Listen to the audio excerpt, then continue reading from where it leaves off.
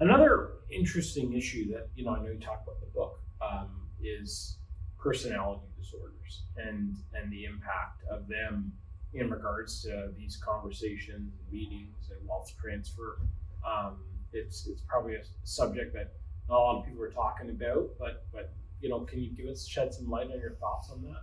Yeah, I'm really glad you raised the question, because there will be people who guarantee there are people listening and watching this thinking this will never happen. This notion of a family meeting will never happen because we have a difficult person in our family. They're often referred to, these personality disorders, they just simply are kind of a catchphrase is, no, they're a difficult person. They would never bring people together and talk about these issues that I've described. Here's my message. You're right.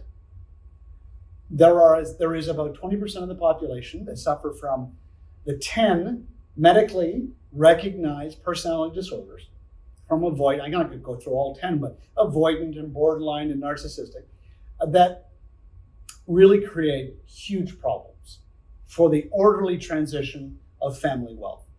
And part of writing this book is it's not a book about personality disorders. It is really a book that talks about only one in particular, which is the covert narcissist. And I singled that one out because they're really hard to spot. These are people in the family that are lovely.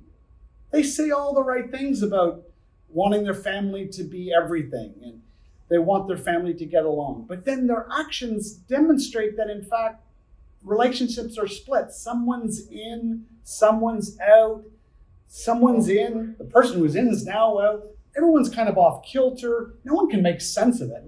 That personality type is really hard to spot. And I really trying to do is just give the reader the language, the concept, so they can go off and do further research. And my overall message is, if you've got this person in your family and they are in control of wealth and you are expecting an inheritance, you better rethink that. There are covert narcissists who will promise assets they don't even own. There are covert narcissists who will change their will in their 80s out of spite, having told someone that they were in and getting everything. They are untrustworthy. They are pathological liars. They are difficult people who are causing enormous problems. I just simply identify that personality type so people can be aware of them and make better financial decisions for themselves and for their own family.